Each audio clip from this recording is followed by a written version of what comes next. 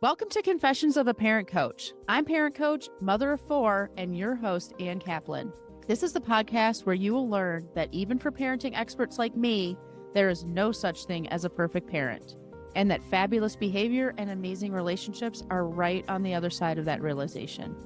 If you're working your butt off to do right by your kid, honor yourself, and go beyond the BS around you, you are my person, and this podcast is for you. Full disclosure, I'm a sometimes potty talker, and we deal with the challenge of raising kids here. This podcast is for grown-ups, so stick your earbuds in and let's do this. Welcome into another episode of the podcast, everybody. I'm so excited to be here with you again this week, and we're doing something a little bit different than we usually do. Normally, I'm just monologuing at your face for 30 minutes and telling you a confession about myself and all of that stuff. But we're not going to be doing that this week because I'm so excited to have actual guest on the podcast. And we're going to get to talk about the Enneagram because you are in the middle of Enneagram month. Every time that I run my Living Enneagram mini retreat here in Denver, I always like to talk about the Enneagram a little bit before and get everyone's juices flowing about the Enneagram and how great it is, and entice you and inspire you to come and join me here in Denver for a morning of brunch and gift baskets and deep talk and connecting with other people and all of that good stuff. And so we're talking about the Enneagram. So listen into this episode to hear all about what happens when my sister and I talk about the Enneagram. Oh my gosh. So my sister Ren is here this week. Ren, I'm so excited to have you here. Thanks for being my guinea pig slash victim. Thanks for having me, Anne. Um, so just some background. I instead of me giving the background, I would give you the baton to give the background on like not how we know each other. We came out of the same uterus. That's how we know each other. But just maybe a little bit of our relationship and and like how you got introduced to the Enneagram and all that good stuff. Well, thank you. Well, you introduced me to the Enneagram. What am I supposed to start with again? I'm supposed to Just say, like our relationship, like Ren and I, okay. we are super close. I feel really lucky to have this kind of a sisterhood relationship with you.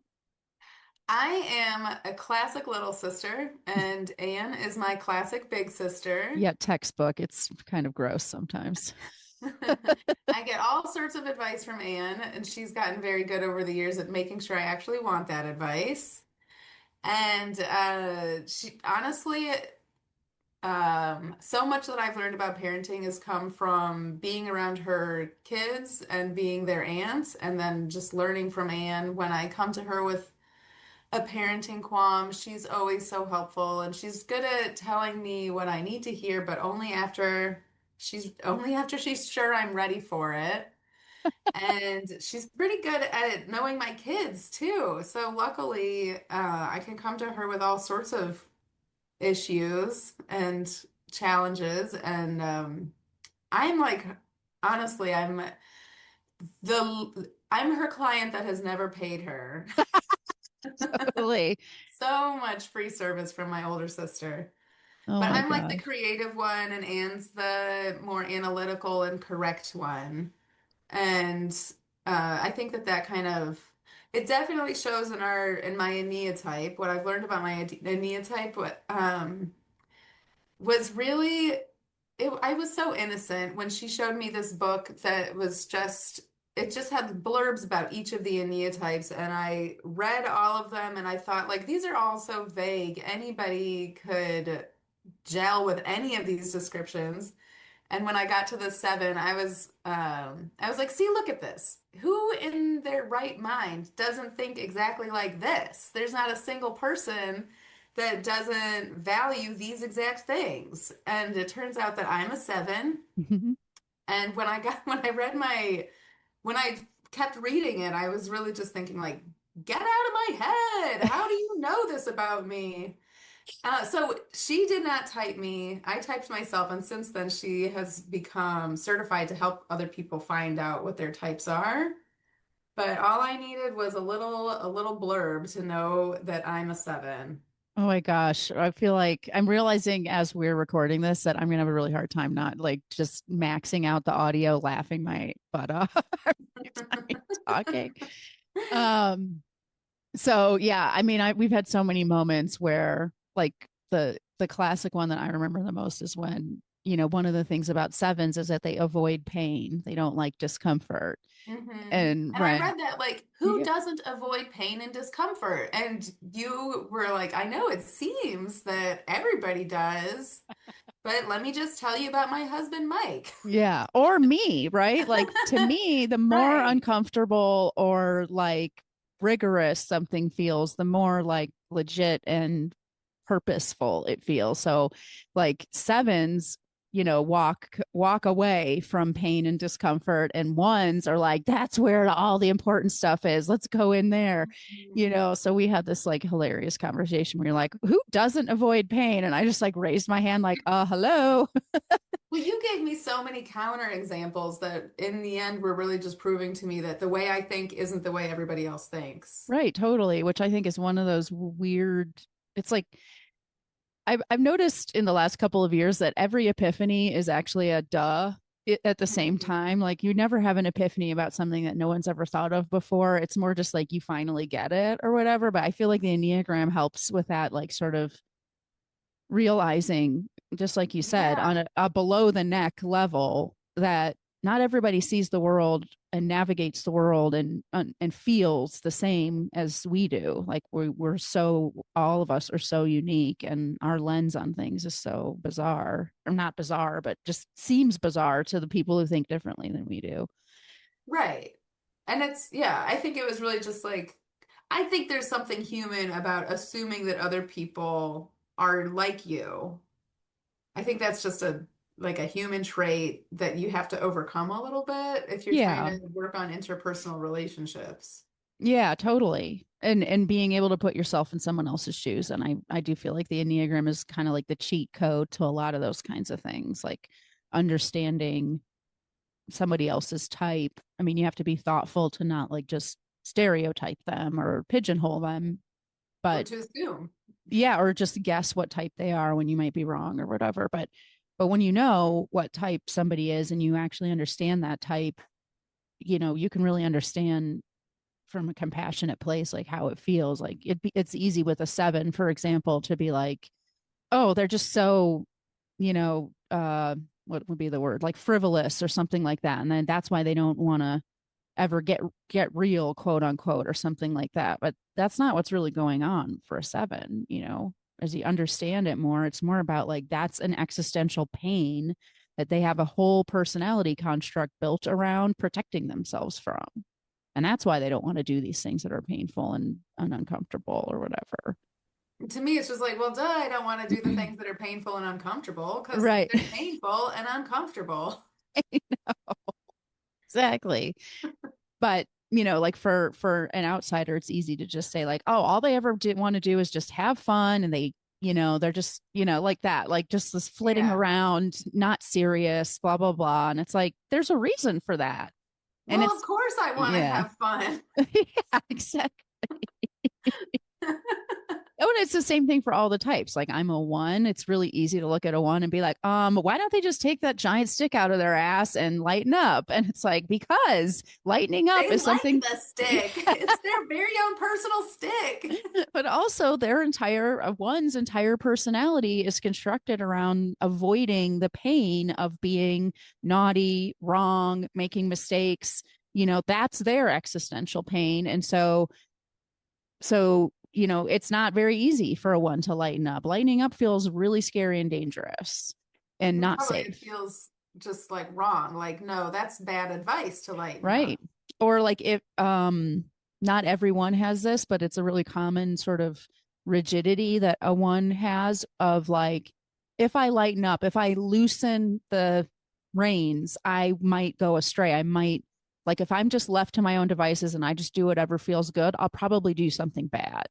So I need to be really vigilant about my behavior all the time to make sure that I never do anything wrong or bad.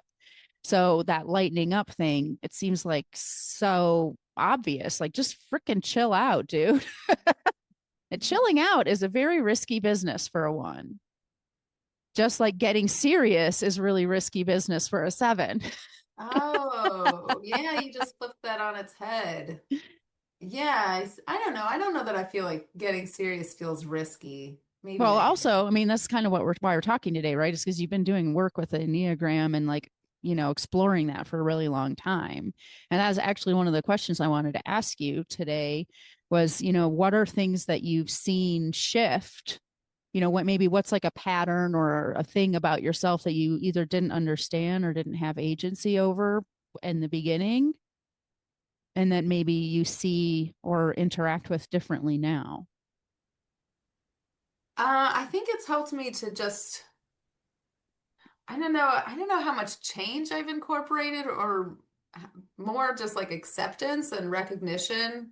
Mm. Like this is the way I am, and I can honor that because it doesn't seem like a wrong thing. It seems like a me thing. It's Yeah, like, yeah, I absolutely. like to have fun, and that actually is valuable. Hmm. And people, I like to have people in my life. And I will, this is one that's a little more specific. If you look at my subtype, I'm a social seven, Hmm. which explains why I'm not that good at collaborating on projects or I'm not very good at getting my own work done when there's a person around. So I'm really good at working alongside a person. Like a But if parallel I, thing. yeah, like if Uh-huh. we're both doing this job together, I will do more than my share and I will enjoy it. But if I have to focus on writing a paper and there's somebody else in the house, I'm not going to be able to do it. I'm really tempted by that That's social where the FOMO dynamic. thing comes in, and you're like, I'm Yeah. missing out by doing this thing that I'm working on. I'm not doing the thing that everyone, the collective, is doing. Mhm. So definitely FOMO is a piece of that, but another piece of that is like I frequently put my own priorities aside. Like I Mhm. deprioritize what I'm doing because Right, somebody else might need something from me or want something for like I could be fun for somebody. I could make somebody else's day better, and right, that would make my day better too. And so what if I don't get that paper done? Because I just made somebody else's day better and mine at the same time. And it's a right. little bit of like this mutual playing hooky thing that I do. Yeah, totally. And that speaks so well to the subtype thing because the social subtype, like they are almost more than being in relationship with any one individual, they're in a relationship with the collective. And their whole focus is really centered around the success or the vibrancy or the health of the collective over anything else. And it's so annoyingly, I don't know, like a cosmic joke or something that like our personality challenges, like our patterns, our like personality constructs and habits show up most in our dominant instinct. So that FOMO thing, that like we got to have fun thing, that like let's not, you know, go to the dark places thing is going to show up the most in your dominant instinct, which in your case is the social, as you said. So that's going to be the place where you see it the most. And I am a sexual one, which means my dominant area is like one-to-one intimacy things. So my perfectionism, my judgment, my criticalness, my black and white thinking shows up the most in my intimate relationships and in how I show up in those intimate relationships. Like I have a 10 times harder time forgiving myself for saying something hurtful or wrong in a intimate relationship than if I had like stood up in front of a group of people and completely mistreated them. Like I can forgive myself so much easier for that than for screwing up in some like extremely important close relationship like my marriage or my relationship with my kids or something like that, because my dominant instinct is the sexual instinct, and actually my social instinct is my repressed instinct. So That is confusing, but I I can know. see how you really do crave those one-to-one, Right. really tight relationships where you just like I think you said like you just want to live inside each other's skin kind of thing. Hmm. That's probably what makes you such a good coach. I think it is, but yeah, it also obviously everything is your kryptonite and your superpower at the Mhm. same time. So for sure. Yeah, and then social stuff, or another example would be my self-preservation instinct. Like I'm way less perfectionistic about keeping my house clean than I am about being quote unquote perfect in my intimate relationships. Like I'm Because you way. found ways, you found like reasons that it's less important for your house to be like you've accepted that it's not that important for your house to be germ free and sticky surface free. Yeah, it's an interesting thing with coaching is that if someone's trying to get some traction or shift in some of these patterns, that sometimes it can be easier for us to work on your not your dominant instinct arena first, like than your dominant instinct, because that's where you're going to be more like rigidly attached to these patterns. So like I was able to get way more shift and traction and releasing and relaxing my perfectionism around my home and my finances and my budgeting and my those kinds of things that fall into the self-preservation instinct. I those are the things that softened way sooner than my perfectionism in relationships was able to soften, That's because interesting. yeah. So like if working with a client who really wants to soften some of those tendencies, even if I know that their dominant instinct is where these things are most problematic for them, I will often sort of kind of encourage them to explore some of those. It's like give yourself some small wins at first to build up that momentum to attack like a Mhm. bigger challenge or whatever. So So my dominant instinct is the social about, instinct, you said. oh, okay, okay. I think I'm confused though, because your dominant instinct is those Sexual. relationships. Yeah, exactly. Okay. So my dominant is social, and that means that's funny because like sexual doesn't sound all that different from social. I It don't know if I is get it is it. really different, but you're right.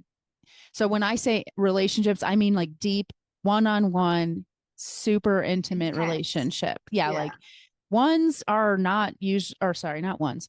A sexual type, whatever number it is, are not usually super fixated on like a the big group. group. So like if I'm at a party, I'm 10 times more likely to find one person to go and sit in the corner with and talk about our childhoods with for the entire night than I am to go around and social butterfly and talk to everybody a little tiny bit.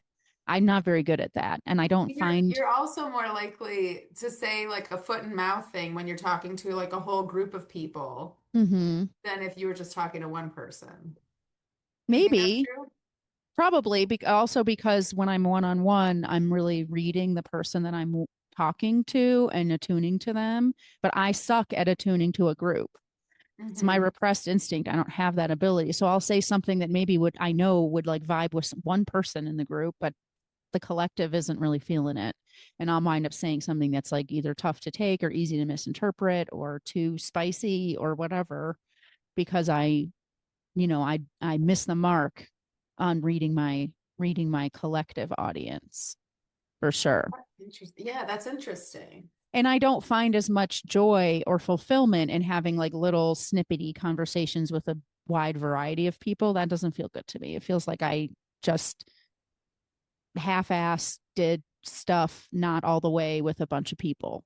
It doesn't feel like a complete and satisfying experience to me.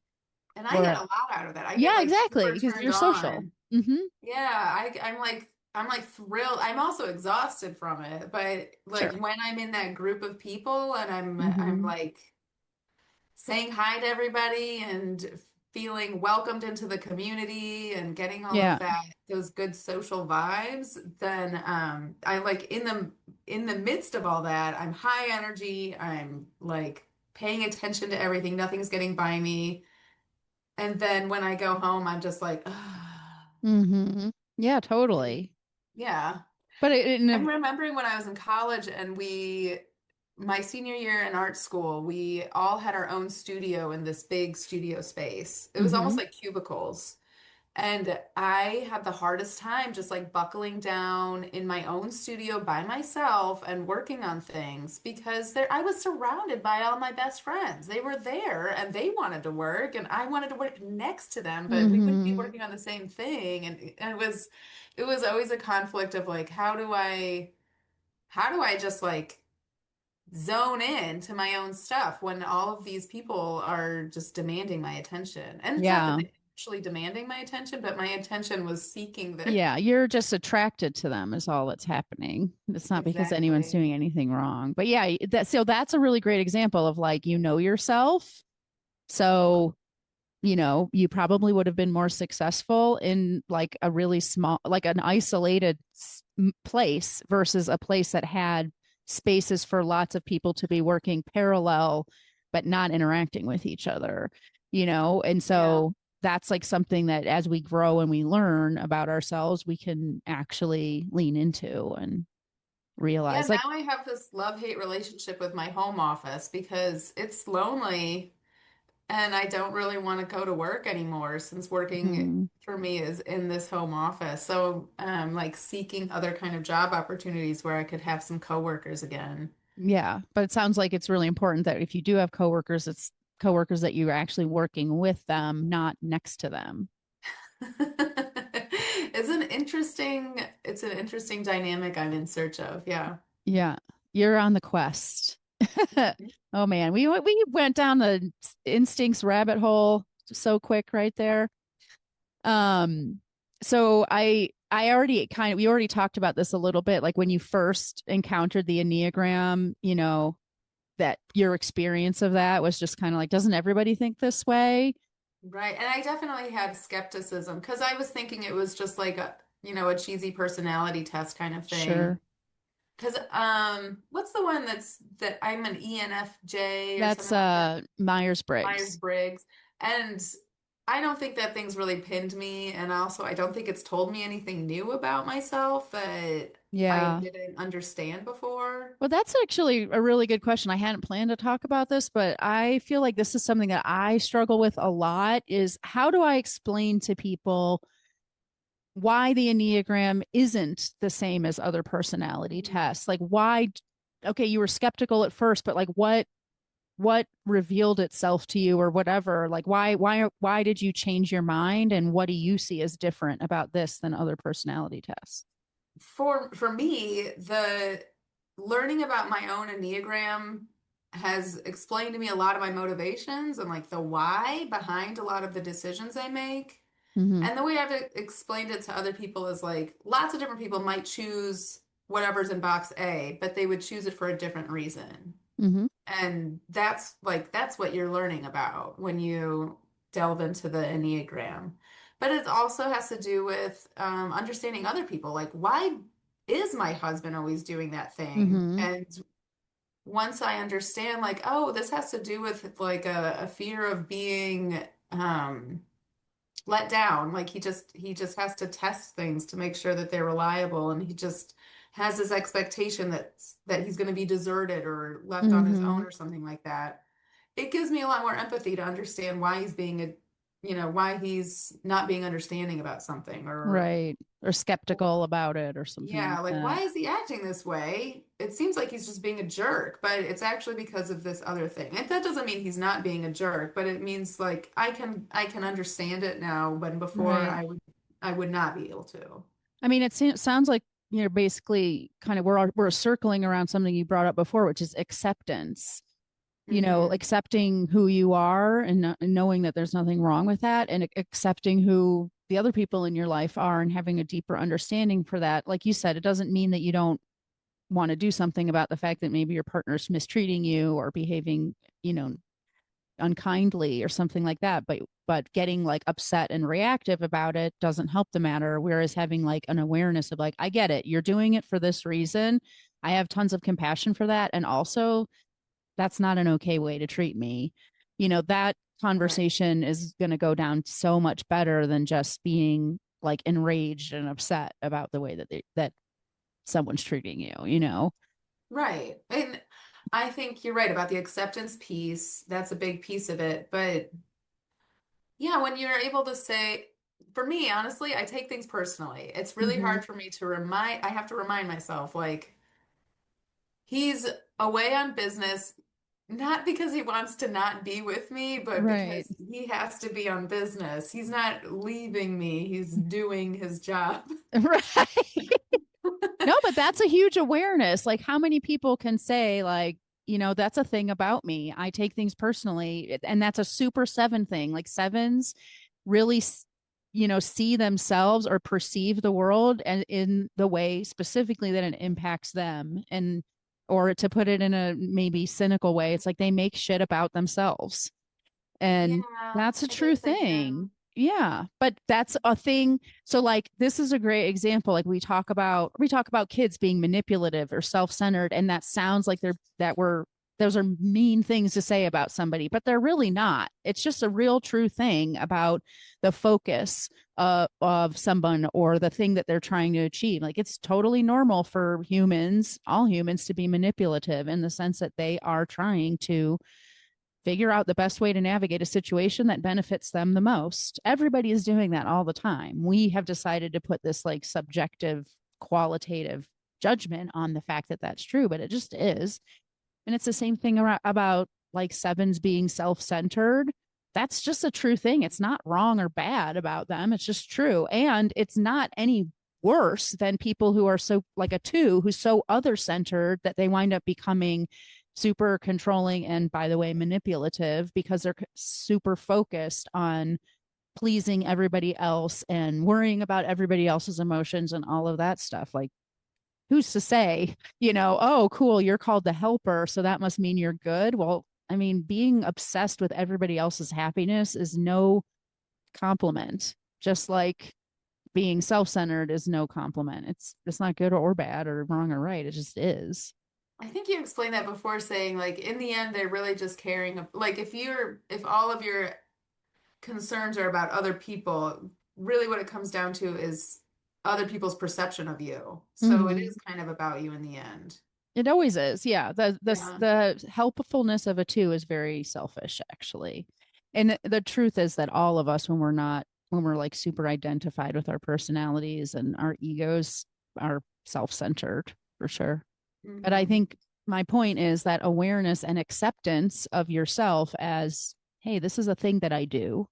So then when you start to feel, oh, my husband's gone and he's left me this way and he doesn't even care. He doesn't like me and he just wants to be away from me, that you can be like, hang on a second.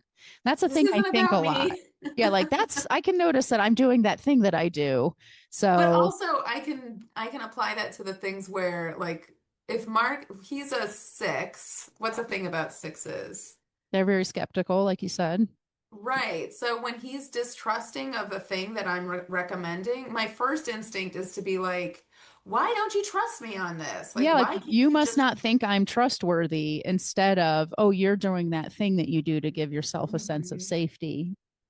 So I have to employ both of those. Like the thing where I remember, like, I'm taking something personally that isn't necessarily about me, but also like, oh, he's doing that thing that is Right. totally typical of him. No, oh my gosh, that's so real because once you start to see it, you can completely see how, like, oh, these two people they're just doing their things that they do because that's their like almost like That's default. our default. Yeah, it's your We are what you're just on default. It is not personal. yeah, and all of us, if we're in our default modes, are exacerbating each other's default behaviors, Right. So the more that you get like defensive and, emotional about this thing that you want him to trust, the more mistrusting he's going to be about it, which is going to make you feel like he doesn't see you as a trustworthy or reliable or intelligent person, which is going to make you even more adamant about it. And then it's like you guys are just poking at each other's, Yes. default behaviors and blowing them up, you know, that to me, like, to get back to that question of like what's different about the Enneagram, like I don't think that you see that pattern or you have that like aha using Myers Briggs or Strengths Finder or DISC or whatever. Those are Right. all I feel great. like I do think Myers-Briggs is helpful for like a corporate environment, Absolutely.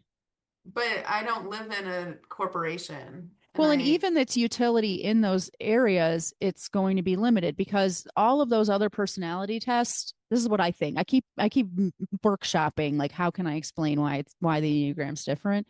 But it's like all those other personality tests, they do a good job of explaining like not explaining the why behind your behaviors, but just describing you, basically. yeah, The Enneagram is good at explaining you.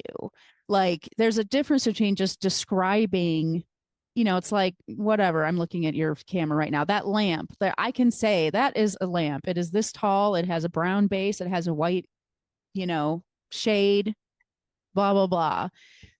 That's a description of the lamp. But I feel like the Enneagram is like, let me explain to you electricity and the exact wiring that you can't see inside this lamp and what is exactly happening with the electrons when you turn the switch and, all of those things that are it's like, oh, so not only could I actually pick that lamp out of a lineup, but if it's not working, I could actually fix it. Like I could right. go in and deduce what's going on with it and why, and maybe It's do the something about why. that. Yeah, it's the why. It's a difference between Because describing and explaining. To me, that if I had to put it in just a soundbite, that's what it would be for me. for Myers-Briggs to tell me that I'm creative, it's like I just told you that. That's so true. But then Myers-Briggs will be like, that means maybe you could do this job, or maybe you could do that job, or maybe these Sure. tasks are your preferred activities. But yeah, like the Enneagram's not going to tell you what kind of job to take. It's just going to tell you how you show up in relationships and Yeah. Or for it might yourself. tell you how you show up at that job or how to enjoy that job or how to, Right. honor yourself so that you can find happiness in any job. Like it's to me, it's just a deeper thing for sure. Mhm. But It's the yeah, why. so that skepticism that you felt because you at the beginning about the Enneagram, because maybe we're lumping it with other personality tests, which I think everybody does to some degree in the beginning. Hmm. That sort of sounds like it softened for you as you saw that it went It's beyond. nothing like, and also when I look at my results for the Myers-Briggs, I'm just like iffy on whether or not it's actually right. Hmm. But with the set, actually, every once in a while with the Enneagram, I'm like, oh, I relate to that, and there's explanations for why I might relate to other numbers. Totally. But yeah, sometimes I'm like, oh, maybe I got it wrong, and then Yeah. Can I just tell you that there's a couple types that one of the ways that I kind of know that they are that type is because they keep questioning whether they're the type or not. would a four be that way? Yeah, fours tend to question it because they don't like the idea that they could be pegged, that they could be Right. pinned So down yeah. because they like to be mysterious and unique and authentic and individual. So being like, "Oh, here's a box to put yourself in," is like, "You're telling me I'm generic." I defy that box. Yeah, I am not a exactly. There four. is no box. Like my daughter is a four. As you know, Gigi was on the podcast and we talked about her being a four. And one of the things she said way before we ever knew her type or whatever was we explained that all of the genes that she has in her body came from me and her dad. She was furious. And she she literally, it was like a joke, but it was real for her. It was like, that maybe is how everybody else got their genes. I made my own genes.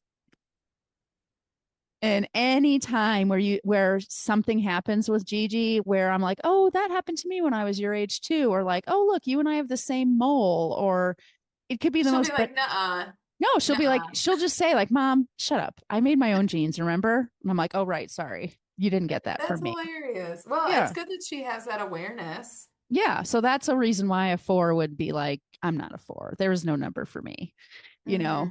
That's But why I thought Mark was a four, because first I thought he was a five because he's an engineer. hmm And then when we tried to just figure it out just by reading descriptions, he was so just like, I don't know, none of these really are me exactly. hmm And that's why I thought he was a four. But then it wasn't until you and I were talking. Do you remember when we were in Italy and we were in Rome, I think, and we just talked about Mark and he'd already done his Enneagram work with you over the Mm-hmm. summer. And you explained to me like how it might be that he's actually a six and what sixes are. And it really just completely shifted the way that I think about him. Yeah. How Because I was had like a that? few key stories. I had a few key moments where I was like, well, he had this backup plan. And he also had this thing where he has to recede and then come back, and after he's done all of his problem solving alone, then he can reapproach the problem. And that's all very five-ish. Mm-hmm. And I think you just explained, like, well, actually, it could be that that's coming from his fear of rejection, or it Mm-hmm. could be that that's coming from his like insecurity and this and that and the other thing that are kind of flaggers for a six. And you explained it in a way where I really went from just like just kind of like despising those traits about him, Mm-hmm.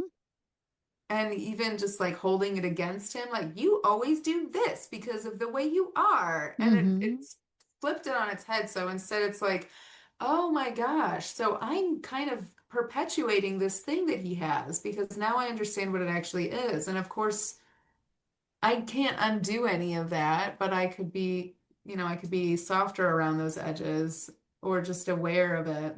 Why do you It think changed. why do you think because before that you were understanding him as a five.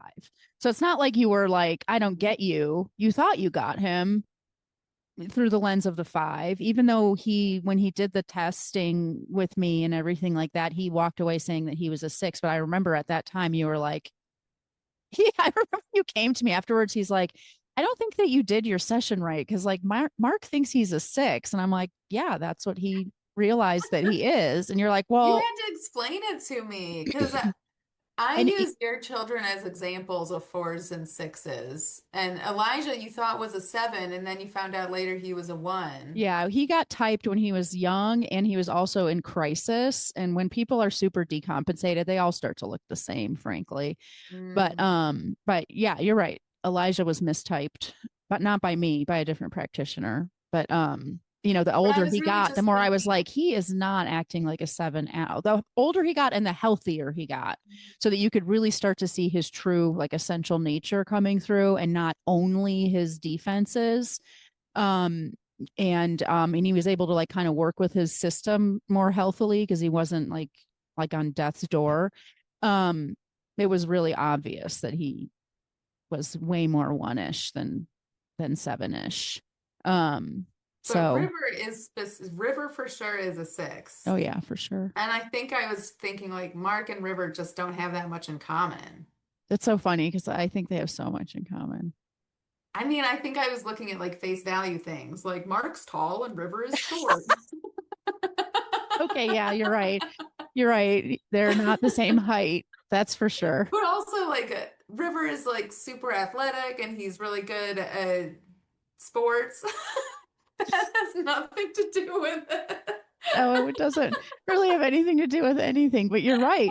I mean, this is such also a great example of like how the Enneagram, a million different, you could get a room full of all the same type and they'd be such different people. They would have different subtypes, first of all. They would have different life stories and backgrounds and interests. They would be at different levels of health and integration. They would be different ages, which means that they're just different at different points along their own, Yeah. personal development and stuff like that. So they Well, would I love be that all example different. of like, I mean, this is kind of speculation, but people believe that Martin Luther King Jr. and also Trump are both eights. Eights. Yeah. I mean, we don't really know. Neither of them have actually done like Right. that testing. And the truth is that in the world of the Enneagram, we always are very thoughtful about not typing someone else, but maybe leading someone to the threshold of their own self discovery, which is what happens in a typing session. And since neither of them have ever done a typing session, the only one who really knows what type they are would be them. But yeah, their traits absolutely both line up with the eight. And they're so very unalike, Oh, yeah, exactly. and more than just their heights. Yeah, and more than just their heights and their skin color and their superficial traits, but sure. But like Mark and River have a lot of the six traits in common. Both are kind of worry warts. They are planners and self protectors. They prefer to rely on themselves while depending on everybody else, but not actually trusting that people are going to come through for them. I mean, that's a 6. That's why the 6 is called the loyal skeptic. They have this really weird love-hate relationship with the people that they rely on. They simultaneously rely and depend on those people while believing that it's just a matter of time before they get let down by those people. I think maybe a big piece of it, of like what I was thinking with River and Mark not being that similar, is that River has no loyalty or expectation from me. Yeah, He he's not doesn't loyal to you. he doesn't rely on me for anything, and No, I he's think that that's on definitely. purpose. So I'm really on the outside of that. Yeah. But with Mark, he's in that position where he needs to be able to rely on me, but he's still skeptical of me. Yeah. So I get a really different read from the two of them just because, well, River's just not really letting me Yeah, you're into on the that outer sacred circle with space. him. You're experience you're comparing an outer circle versus inner circle experience with two different 6s. Hmm. But once a 6 is loyal to you, I mean, they'll stay with you. They'll go down with the sinking ship. It takes them a long time. But then I can see once that with Mark for sure. I can see yeah. like the people that he's had a hard time, like his old roommate. He really wants to believe and trust this relationship with his friends from Mhm. college, but Yeah. he hasn't really gotten any confirmation that he should Yeah. rely on that or Yeah. trust it. Yeah. But But it's he's still it's super like it's something loyal. that his sense of safety and security and knowing where he stands in the world, that relationship is part of that foundation for him. So it's hard for him to let it go Hmm. for sure. And it also explains, like, I think because I take things personally, I think that specifically, like Mark not trusting me when Yeah. there's no reason for him not to trust me, was just really upsetting until I saw it from like, oh, that's just the way he is. Yeah, it's not about you at all. It's just that it doesn't feel safe for him to trust anything. Hmm. Yeah, understanding that about him has definitely shifted just the way that I think about our interactions. Yeah. Yeah. So I think that's you're speaking to another really magical thing about the Enneagram is Hmm. just really I think and the deeper you go with it, the more you actually really kind of get a glimpse almost into like the soul of your partner of like this is like what's going on at the very core, like fundamental, like essential nature level of this person that I've decided is like my person forever. Like it's not very often that you come across a tool that can give you that little peek. And then Absolutely. the same And thing now with I can also know what an honor it is to be like a person that he's loyal to because yeah, he's it's not that many people. it's really interesting because when you start to understand that, like I've had moments like that with Mike, who's not a 6, he's a 2, but when you really like this happens to me a lot actually in relationships because I'm a sexual person and I'm a 1. I am like an oversharer. Like my level of like what I think is being like really real and intimate and like personal with someone is kind of like insane. And other people's level of like being open and vulnerable is completely different than mine. And it has happened to me in multiple times in multiple different relationships where I have thought that this person is keeping me at arm's length and I'm not really even that close of a friend with them. And then later on they'll be like, "How could you not have called me in like a couple of months? Like I like poured my heart out to you." And I'm like, "Wait, that was you pouring your heart out?" Like I literally thought that was just like something I would have told my grocery bagger at at the Safeway. But because I have such a warped idea and it has happened many times where I have discounted the gift that I've been receiving from someone, whether it's an intimate share or a trust or depending on me or relying on me, things that to me it doesn't feel like that huge of a give, but for them it really is. So like in your case with Mark, and this has also happened with me and Mike, where it's like it's a huge deal that Mark would count on you for anything because he's a Yeah, he hates 6. to. Like even if he counted on you just to like get groceries or something like that, from our perspective it's like you can hardly even account on me to give you groceries, but from their perspective it's like I have done this really hard thing that I've done is to rely on you for groceries. This is like a huge win. It's a sign of growth for me. Like I did this thing and really counted on you. And we just like bat it away like it's not a good enough. We don't realize that like that was a huge thing that he did for me or gave to me. Or like Mike telling me when he's struggling, that is a big deal for him as a two because he doesn't feel comfortable if he's not in the I have it together and I'm helping you dynamic with people. And so anytime he will even admit, that he's having a hard time or he feels overwhelmed at work or whatever, I never appreciated that stuff earlier in our relationship. And now I'm Right. like, wow, that was like that was really hard for you to do. Like I feel honored that you feel that you can do that with me. You know, I'm it's like going through a just like a reel of all the times when trust was like was an issue. Like the first one that we came to blows over was a paint color below the chair rail of our old house. I think I remember this story. And I bought some paint and I brought it home and I was like, all right, let's paint. And he's like, what is this color? It looks like brown, like poo. What is this? And I'm like, I think it's a good color. Well, and I I remember when don't you told me the story, you're like, have a degree in art. Like, if there's one exactly. I was thing like, that I'm actually like you know, I have qualified an to, eye for color. Why can't you just trust me on this? And we went around and around, and eventually he's like, you're right. I don't need to be in charge of the color of this the bottom room half of our below the dining chair room. rail. And then when we painted it, it looked fine. It was good. It was like, it like complemented other parts of the house. It was good. Mm-hmm. Anyway, yeah, and like ever since then, you'd think that would not. I mean, he gave me that trust that one time, but it didn't occur to me that I was going to have to reassert like the value of trusting me on exactly the same Yeah. issue over and over again. Well, and it's frustrating to feel because, like, if you don't get it, it feels like you have Hmm. to prove yourself to him all the time, and that's not fair, and all those things, which is totally true. That's not how he's thinking about it, but it's really true. Like, you shouldn't have to prove yourself over and over again, and it isn't fair, and that does suck. And where he's coming from is like, uh-oh, scary thing. Uh-oh, scary thing. Scary, scary. Something new, something different, change. Yikes. And Yeah. so Yeah, the more common conversation now is like, I'm gonna buy this thing.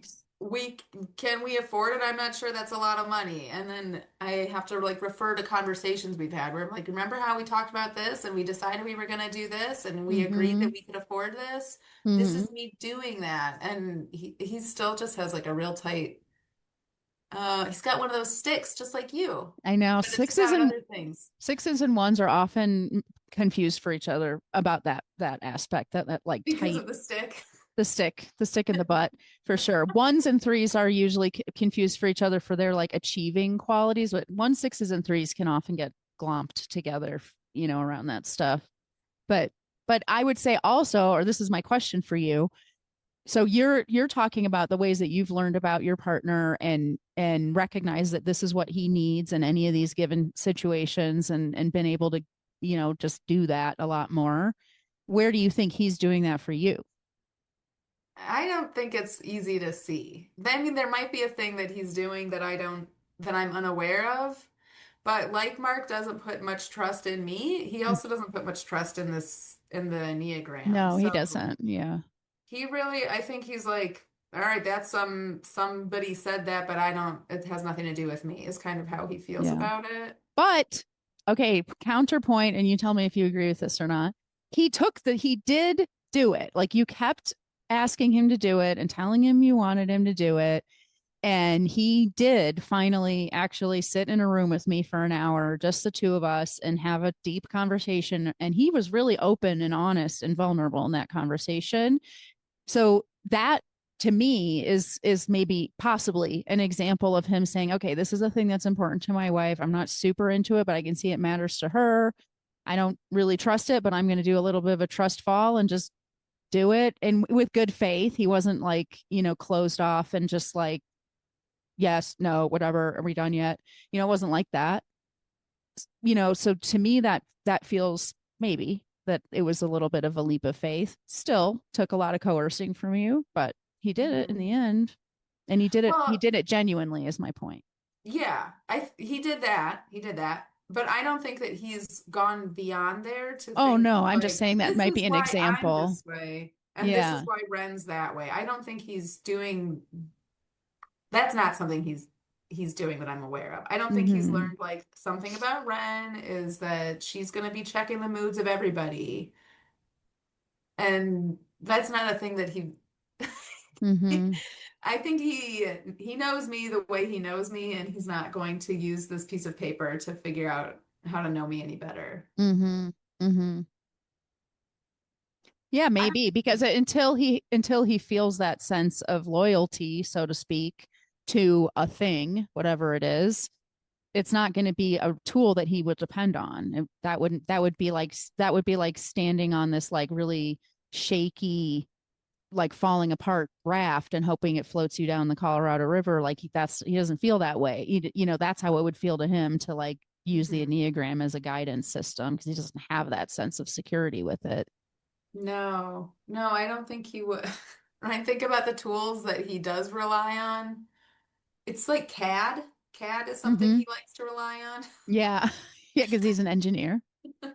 I don't think he would. No, I mean, that's okay with me though. Mm-hmm. I can't make a goal that is to make somebody else care about the Mm-hmm. Enneagram.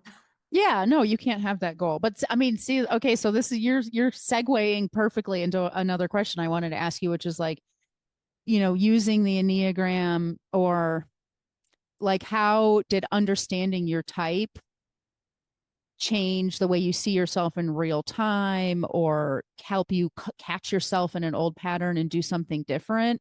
And your example here of like I can't have a goal of like making someone else do this thing. I mean, that's something that I've seen you strengthen over time because there were times in the past that Hmm. you wouldn't have even thought twice about having a goal for someone else to do a thing or do for Mark to use the Enneagram, for Right. example. That might be more parenthood that's taught me that than the Mm-hmm. Enneagram. Just because when my to-do list is get my kid to do this and get my kid to do that and make my kid do this thing, Mm-hmm.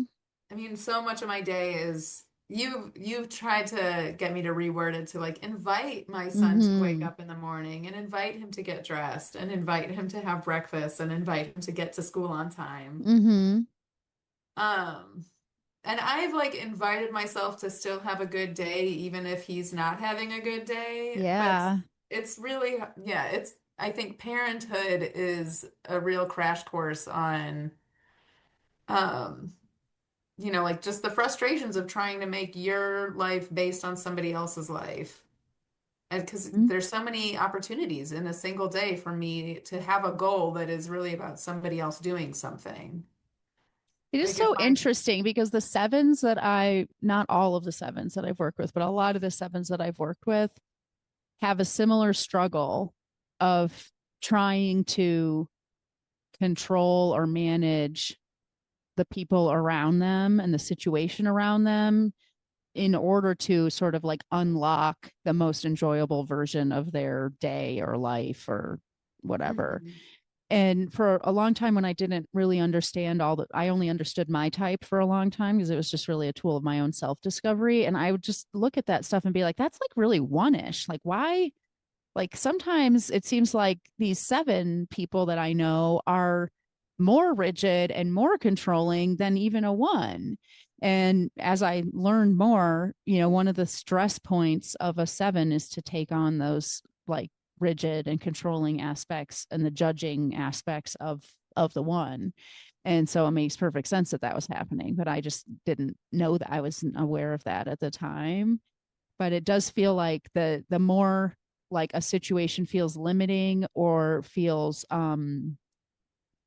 just like unpleasant and hard, the more the that a seven can trend toward let me Hmm. let me control this situation and change it so that it is not.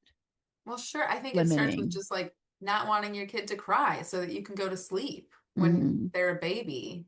Like, I Sure. have to control this infant in order to get the things that I want for myself. Mm-hmm.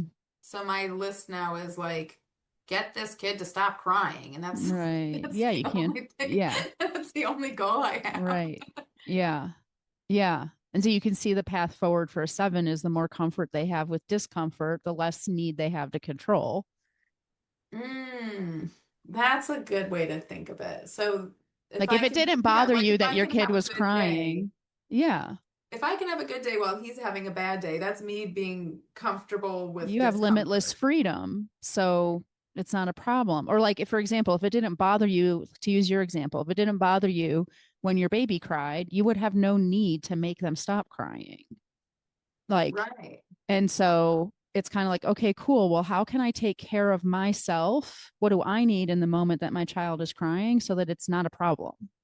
Maybe I need to take space. Maybe I need to think differently about their crying. Maybe I need to have help.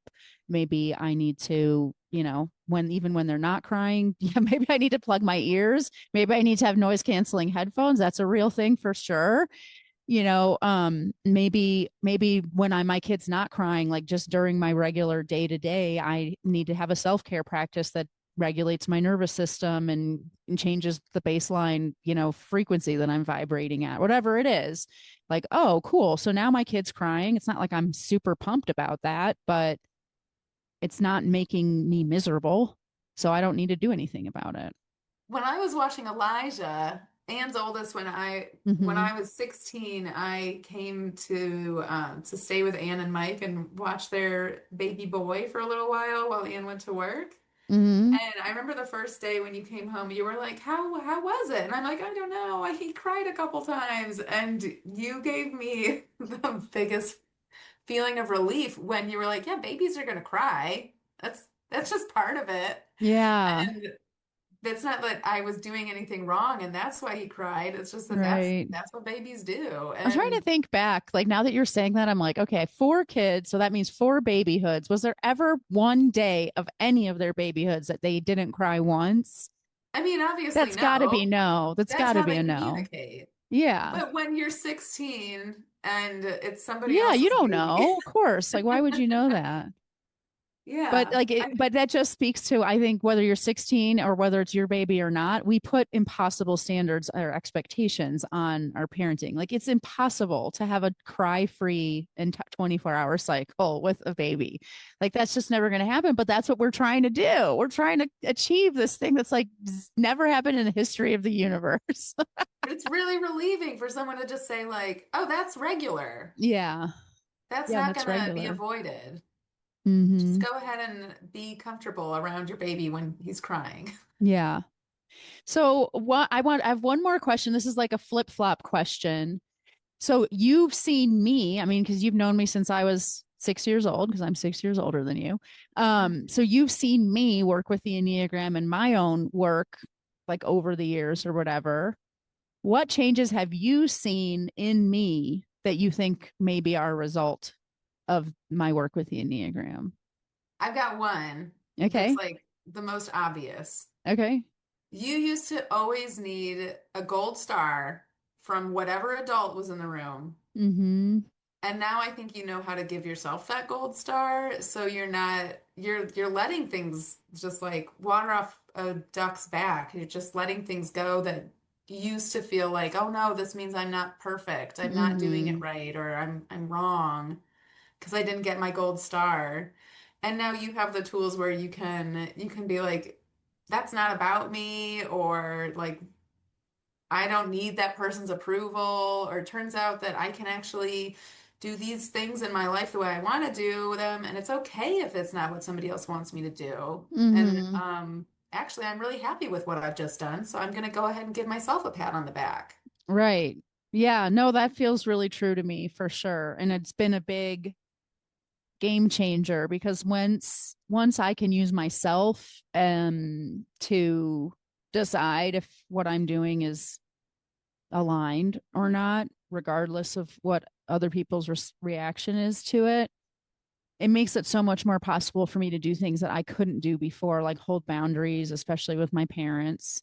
and not get defensive or reactive or angry when people are upset with me, and be present to other people's discomfort, and all of those things. So it's like this one thing sort of unlocked the ability to do a bunch of other things, I feel like. And that I can see that from the outside. So I feel like Mm-hmm. you probably just have a lot more peace internally.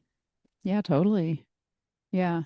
It's so interesting. So I'm actually doing an Enneagram class right now that's like kind of, it's more like spiritual freedom pursuit kind of stuff. But the Enneagram is just like this thing that we reference like throughout the class versus being like the end all be all focus of the class. But yesterday we had like our small group meeting, and one of the discussion topics we were supposed to talk about is like, what are you trying to get out of this class? And I just, it happened, roll the dice that I went last. And all the other people in the group were like really talking about these like major struggles that they were facing that had inspired them to sign up for this course, and that they were really hoping to get traction on. And I resonated with a lot of the stuff that they were talking about. But like when it was my turn, like I really was just like, I feel good. I felt kind of bad being like, I'm sorry for you guys, but I'm great. That's I have that talking about my birth stories where it's like, sucks to yes. be you. That sounds traumatic, but my births Yeah. were beautiful. Yeah, it's so interesting. I remember when I was a birth doula trying to encourage people like normalize positive birth stories. Like people should be hearing really good stuff too, but we don't. And then when we have a good experience or we're doing well, we almost feel like we want to keep it to ourselves, and because we feel maybe that we're bragging or we're just twisting the knife for someone else or something like that. So I have to admit, when it was my turn, I kind of I said, I have a few, I'm not exactly sure why I'm here. It was an intuitive hit to sign up for the class, which was true. It wasn't something I had planned. It just came across and it was good timing, and I was like, this sounds really cool. I want to do it. But I did say like, well, I have a few little things that are germinating right now that I'm kind of aware that might be going on with me, but I'm not upset about them. It's not like, oh, this is a really big struggle for me. It's kind of like, oh yeah, I can see that maybe I'm doing this thing, and I wonder what's going to, if I pay attention to that, I wonder what will come of it, or not, like whatever, but it was just, I kind of had to like make up something to be. You poor little I princess. know, Oh exactly. This is no. why I didn't say any of that stuff, Oh, right? And like shoot. last night I was talking to Mike. He's like, how are you doing? And I'm like, I'm either gaslighting myself or I really am doing fine, but I feel pretty good. I don't know, I guess time will tell. And then we joked because I was like, if you see that I'm actually being a jerk, but I just think I'm like, sitting in the lotus position, hovering off the earth or something like that, will you tell me? And he's like, that's a really scary ask for me. And we were joking that like basically what I was like is, if you think I'm a jerk, please step in front of my firing squad and tell me all about it. Because since I'm a one, I could get really defensive with criticism and stuff like that. So we were like laughing about that. But it reminded me of something that you and I were talking about before I pressed record today, which is like you had this realization that you're like, yeah, there's a couple things like I let myself, I think, what did you say, like about goals or something like Yeah, I that? let But myself off the hook on yeah, but goals then it was that, like, okay, so you can do that if you want to, instead of it being like it's a really big problem. I really need to, hold my feet to the fire. It's like, well, you can if you want, but it's totally fine if you don't. Like it's kind of like it's fine, yeah, and I feel like that for me is like the evolution that I've gone on with the Enneagram, along with other stuff too, of just being like, oh yeah, all this stuff, I see it. You see it so clearly. It's like that moment in the Matrix where all of a sudden he sees everything and it's like, oh, yeah, but you don't have to do anything about it if you don't want to. And the other thing that you start to see, in addition to all of the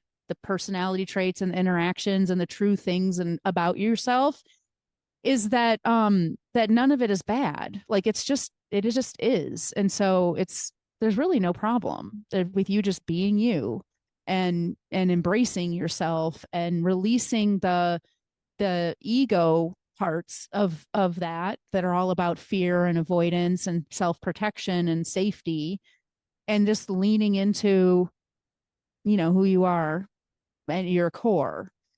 without all of those little habits and patterns and things like that. And you just start to realize, like, I see everything. And the thing that I see the most is that it's fine. How does that relate? Okay, on the cheat sheet that you made Mm-hmm. for people at Ooh, your you're giving retreat, people a little bit. If you're watching the video, you can see Ren's little peek behind the curtain of the it's amazing a little, two-sided sheet that yeah. tells you everything it, that you want to know about sevens. And Mm-hmm. it says under defense system, idealization, I am okay. What does that Mm-hmm. mean? Is that what we're talking about? Well, so that would be an egoic version of that. Like that might come out as like toxic positivity or spiritual bypassing, where you're not okay, but you're just saying you're okay, or you're like super identified with the what you wish Mhm. things were, and then there's that rigid forcing of trying to make things the way they could be because then they would be better and happier and funner and less painful. So that would be like the egoic version of that.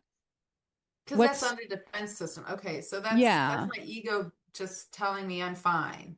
Yeah, like the seven gets really attached to how things should be, not in a moralistic way like a one, but in a like idealistic way, like this would be so much more fun if everyone was in a good mood, or this would be so much more fun if we had invited these people too, or if we had snacks or whatever it is.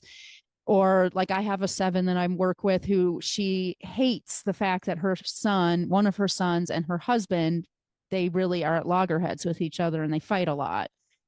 The two of them have no problem with the fact that they go to the mattresses, but it really is not fitting her idea of what a happy family is supposed to look like.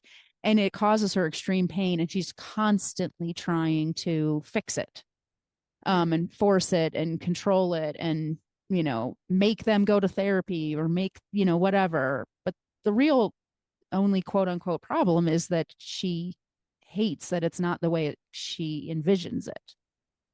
Hmm. And so that's the idealization of the seven is I have a vision of the best way this could be that would just be like so magical and beautiful and fun and joyful and all of that stuff. And I can't give that vision up. I'm attached to the vision. And then the I'm okay thing is when the seven looks at the fact that their life doesn't fit the vision, it's excruciating. And that's where the controlling behavior comes out and the basically gaslighting themselves of like, everything's amazing. So much, it's so Oh, happy. I'm okay. Everything's okay. Okay. Everything's good. Let's not like, I as a one, I'm attracted to sevens because they're like a healthy seven is like the direction that I go to when I'm in a healthy place. Like I lighten up, I see joy, I have more lightness and frivolity and all of those things. That's the magical traits of the seven.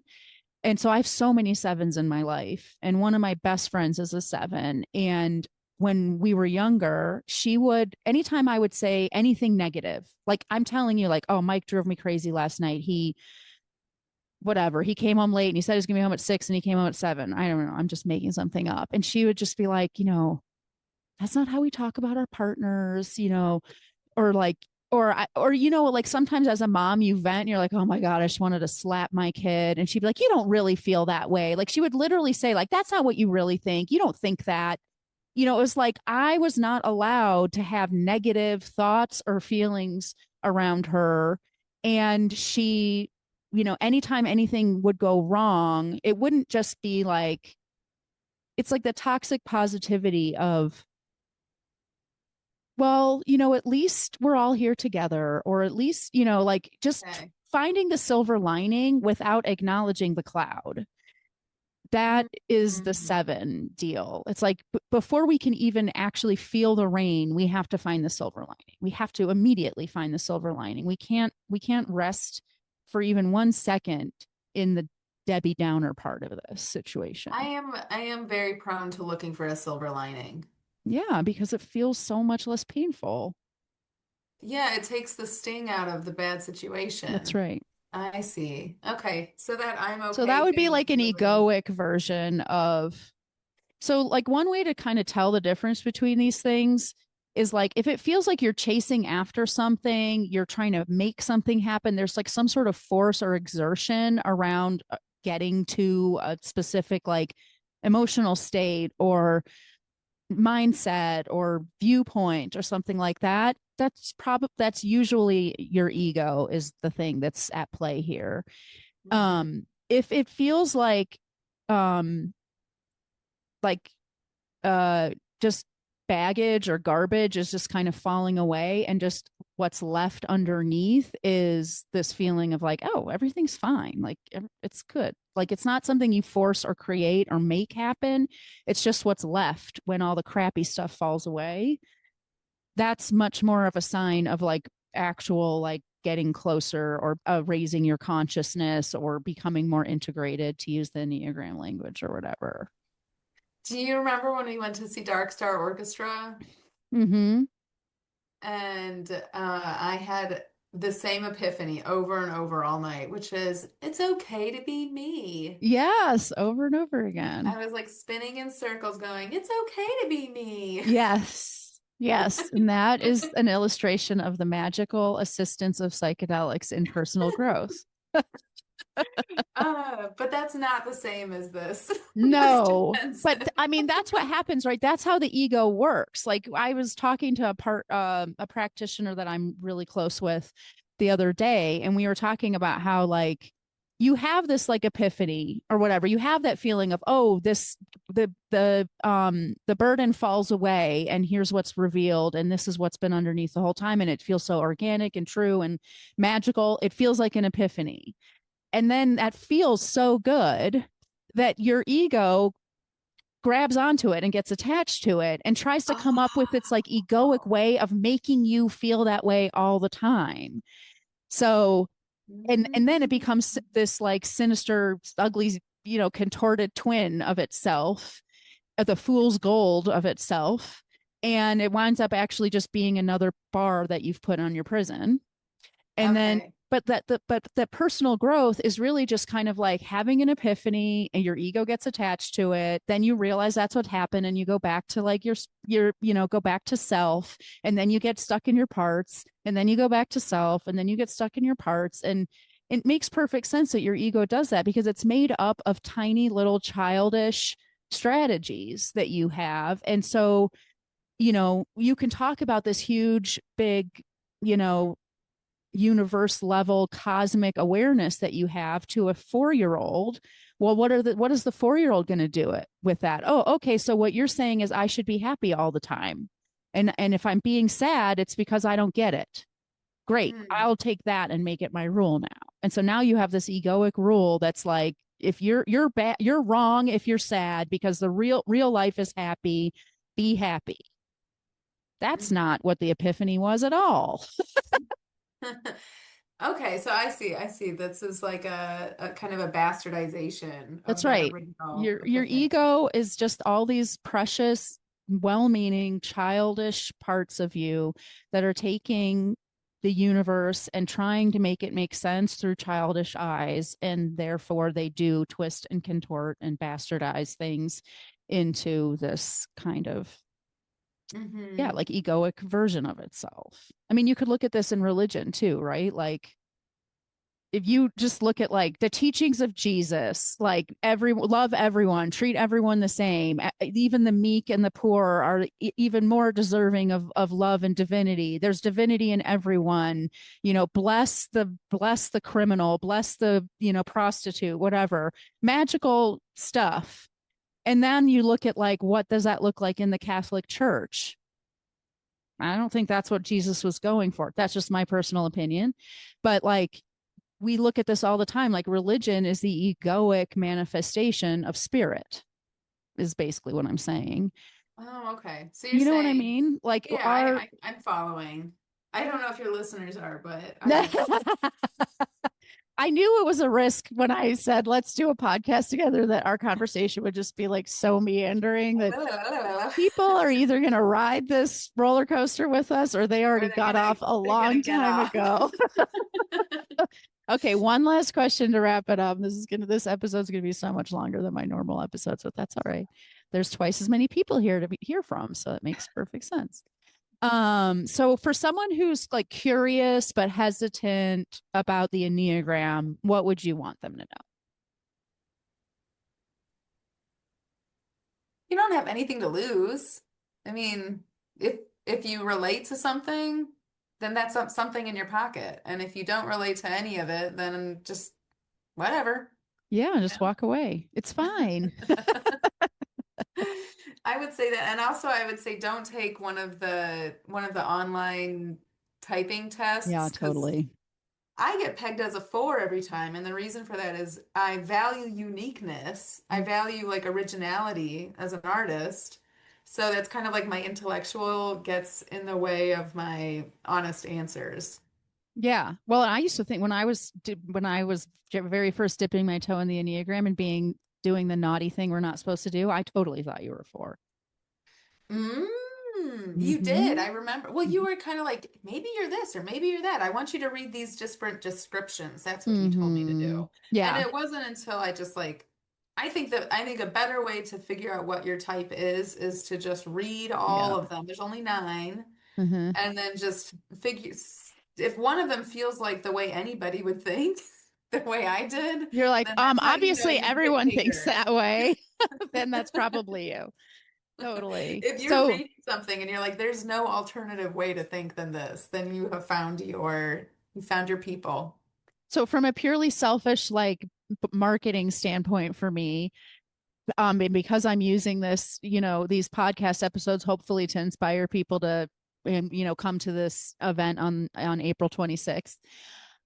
Probably what do you have to lose? It can't hurt is not that compelling of a reason. Oh, okay. Okay, So okay. what's maybe one maybe not just like it's not bad, so you should do it, but like what's good that you should What's do good? it. What's There's good, Ren? plenty. I mean, I feel like all of the things I've talked about, understanding my husband, understanding myself, knowing some things about my nephews and my niece that I probably, I mean, how well can you know your nephew and your niece when you only see them around holidays and stuff like that? But I can understand them a lot more than like honestly, they've become my template. So when somebody else tells me that they're a four or a six or a two or whatever, I um I really have like a data sheet in my brain of like who else is that number, Mm, and it makes me just it's like a quick way to know a stranger almost. hmm. Like my psychiatrist is a seven, and now I know that we're like comrades. Yeah. Oh, but that's so interesting. I didn't know that because you had said that you don't necessarily know that it's like nice to meet with her, but it Oh, this doesn't is a feel like you're different per doing. Oh, yeah, they're both. Oh my gosh, I know three different therapists and they're all sevens. What's up with that, Anne? Yeah, my therapist is a seven also, but she is not afraid to go into the deep, dark, scary places with me. Although who knows what she does with other people? Like I'm the one, so I'm like, I'm just grab you by the head and drag you into the dark place, whether you're a Oh, seven or maybe not. she's gentler with other people. She probably is, or I have no idea. But Because anyways, I'm like uncomfortable with other people's discomfort. right. So you were saying yourself that you felt this experience of her with her, that it's like nice to work with her, but it doesn't feel like you're doing this like deep, dark work. Maybe we're Maybe both just you're being both nice to each seven. So you're like, other. let's dance around the silver lining of this cloud. This feels good. Which there's nothing Oh. wrong with doing, by the way. Like that's okay. There's very real like downsides to going too deep, too fast, too dark. It can be Mhm. very, very overwhelming and alarming and cause like a regression and all that good stuff. I can tell you that for sure, as Well, both a I would practitioner and a recipient of care. So I there's nothing will, what wrong would with I it. say in defense of the Enneagram? I don't know. It is really valuable. And I mean, if you just think about just the fact that Anne used to need to get gold stars from all sorts of people and now she can give them to herself, Mm-hmm. that's amazing. And the fact that I can look at my husband rejecting me in a way or being distrustworthy of me, and I can see that as like not such a bad thing. It's just I mean, the fact that I can accept that instead of trying to wrestle him into submission of trusting me, Mm, It means that it's just like it's fewer fights that I have to take part in. It's fewer struggles that are on my mind as like something I need to resolve. I don't need to resolve my husband. He's just the way he is, and I get it hmm. now. Before it upset me because it didn't make sense. I mean, Yeah. there's just so many ways that I'm like at peace with Yeah. things that I don't think I could have accepted a few years ago. Yeah. I mean, even though our conversation has been like totally meandering, Fruit um, loopy yeah, doodly doo. fruit loopy conversation. It does seem like if we had to pick a theme, you keep coming back to this idea of being at peace, accepting, not being upset about things that would have upset you before, you Having know. understanding. Yeah, like And all I'm of a really that. empathetic person, so understanding is a thing I can put to good use. Yeah, absolutely. I mean, who couldn't, right? The more you understand, the more Hmm.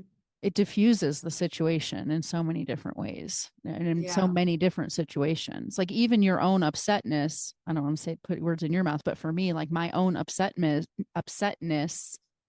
like I think one of the things that happens a lot for more types than just the one is like this layer of like I feel this way and I'm judging myself for feeling this way. Now I'm judging myself for judging myself. It's like these layers of like self-criticism and resistance to your own emotions and things like that Hmm. you know it diffuses that situation too. Like I don't need to be upset about the fact that I'm upset. I don't need to be upset about the fact that I'm behaving in a way that's maybe even sabotaging myself. Like you just don't need to be upset. Hmm. And I feel like that's kind of what we keep circling around and coming back to over and over again. It's like, yeah, this thing my husband does, it's not cool. I don't like it. It's a sign that he's still has his own work to do, but I'm not furious or like despondent about it anymore. Yeah. Am I? No. Well, also nothing is like all blanket statement, right? Like it's not like you're never Hmm. going to be sad that your Well, husband like it doesn't always trust feels you. bad when somebody doesn't Right, trust you. exactly.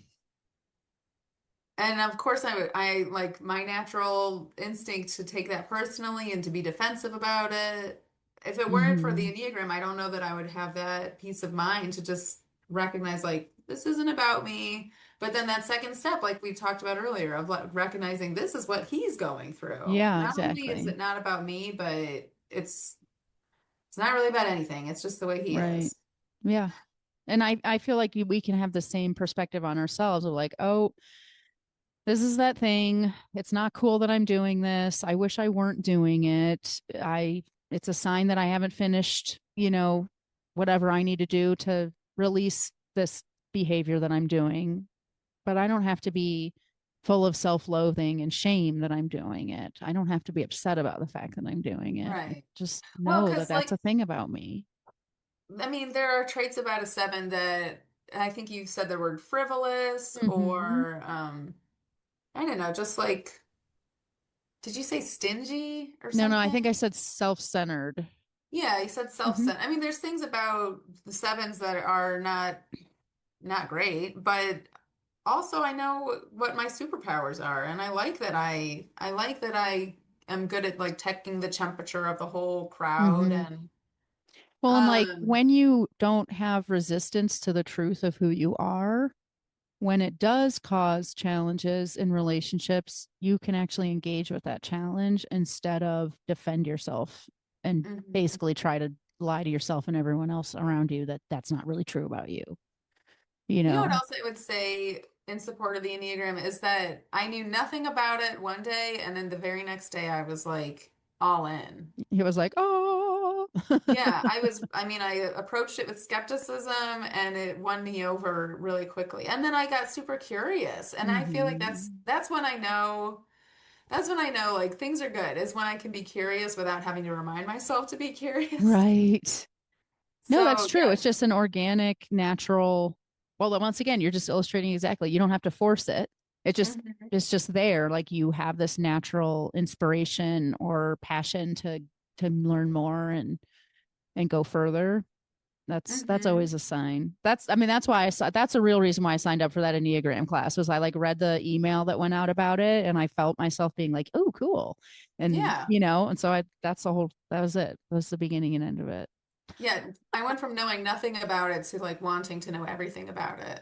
Yeah. I think you took that to like a higher degree since you're now coaching people on how to teach each Well, other that's the about the sexual Enneagram. thing. Like the sexual instinct doesn't have anything to do with sex and it's not limited only to interactions with people. Like sexual types want this like immersive, intense, full like 100% experience of stuff. And that's a third of the people on the planet that are that Yeah. way. Yeah, That's so exactly. crazy. So if I get lit up about something, it's just a matter of time before I have like letters after my name certifying me to go blibber blabber about it officially to everybody. What's the third one? There's a sexual, a social, Self-preservation. and self-preservation. And Yeah. Mark is more self-preservation, yes? As a six? We Oh, didn't wait, get no, that could be anything. That could be a Oh six could yeah, be any one of those he could be a three. sexual six, he could be a social six, he could be a self-preservation six.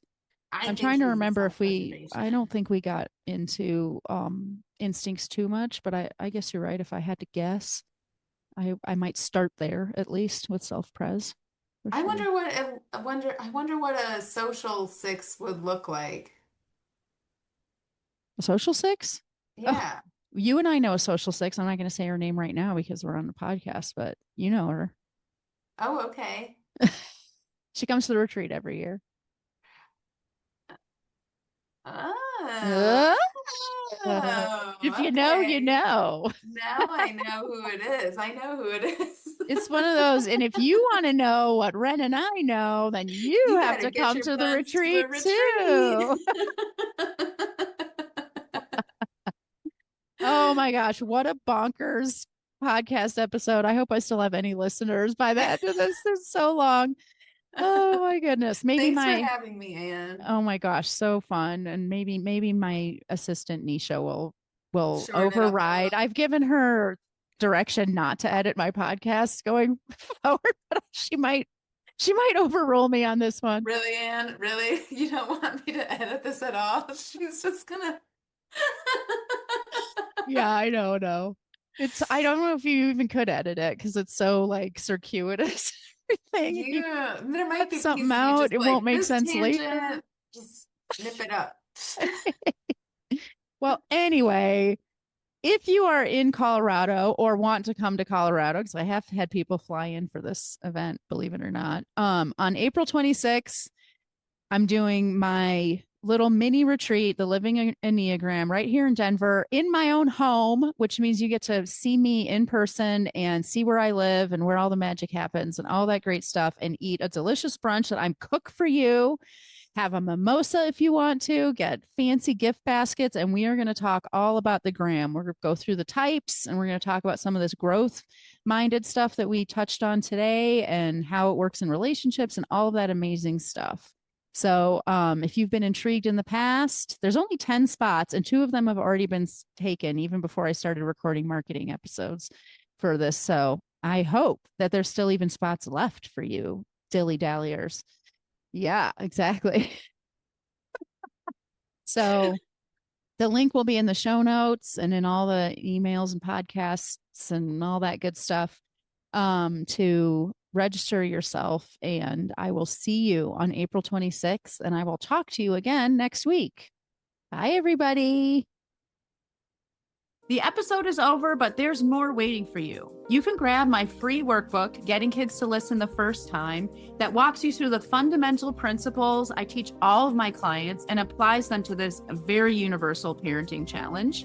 So if you're sick of repeating yourself all day long or just want to learn more about my style, you'll definitely want to go to bit.ly/kidswholisten. And if you're ready to work with me, let's meet. Set up a free call at bit.ly/Kaplan call, and let's create an action plan that gets you exactly where you want to go. And of course, links to all this goodness are in the show notes. Thanks for joining, and I'll see you next time.